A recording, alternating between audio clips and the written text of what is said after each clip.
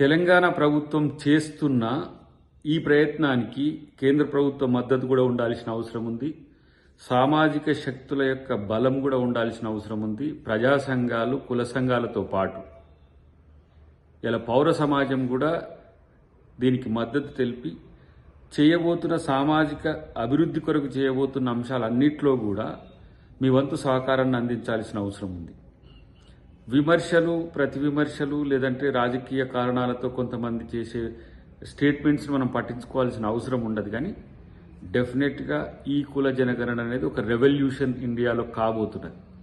BJP ప్రభుత్వానికి కూడా మేము విజ్ఞప్తి చేస్తున్నాం, మీరు 2025లో చేసే జనాభా గణన కూడా కులాల వారీగా చేయాలని చెప్పి దాన్ని ముందుగా కాంగ్రెస్ పాలిస్తున్న రాష్ట్రాల్లో దాన్ని అమలు చేయాలనే ఉద్దేశంతో ఇక్కడ మేము ఏర్పాటు చేసినాం. కాబట్టి మోదీ గారి ప్రభుత్వం కూడా కుల జనగణనకు 2025ను బేస్గా చేసుకుంటే అన్ని రకాల అంశాల్లో స్పష్టతకు అవకాశం ఉంది.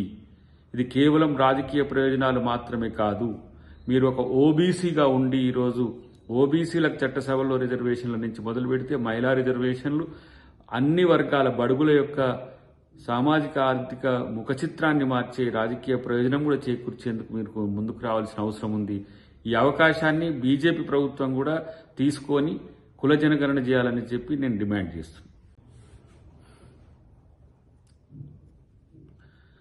భారతదేశంలో తెలంగాణ మొట్టమొదటి కుల జనగణన చేసిన రాష్ట్రంగా చరిత్రకెక్కిన పరిస్థితి మనమందరం కూడా సంతోషించాల్సింది.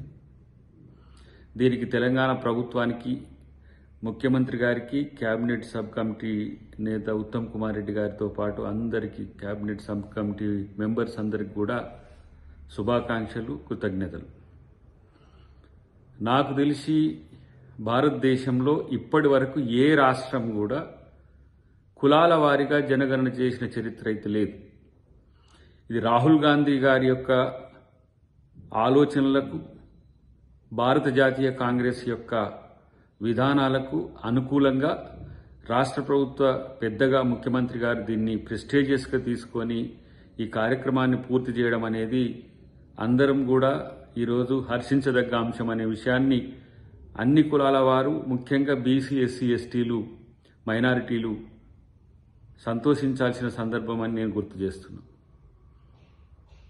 ఇంతవరకు గతంలో ఏర్పాటు చేసి ఎంతో పెద్ద ఎత్తున భారీగా నిర్వహించిన సకల జనుల సర్వే ఇంతవరకు రిపోర్ట్స్ పెట్టలేని పరిస్థితిని కూడా మనం గుర్తు తెచ్చుకోవాలి.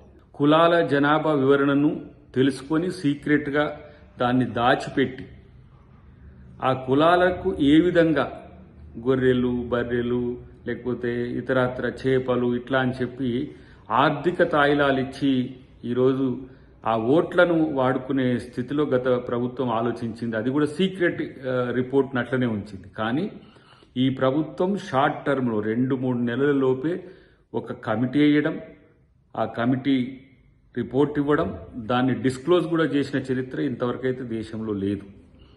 దీన్ని కేవలం ఆర్థిక, సామాజిక ప్రయోజనాలే కాదు, రాజకీయ ప్రయోజనాల వైపు కూడా దీన్ని తీసుకువెళ్లే ప్రయత్నం ఇప్పుడు ప్రభుత్వం చేస్తుంది. ఆ ప్రక్రియ రేపటెల్లుండిలో కూడా మొదలవుతున్న పరిస్థితుల్లో ప్రభుత్వానికి బడుగు వర్గాలన్నీ, బహుజన వర్గాలన్నీ కూడా మనం మద్దతు ఉండాల్సిన అవసరం ఉంది.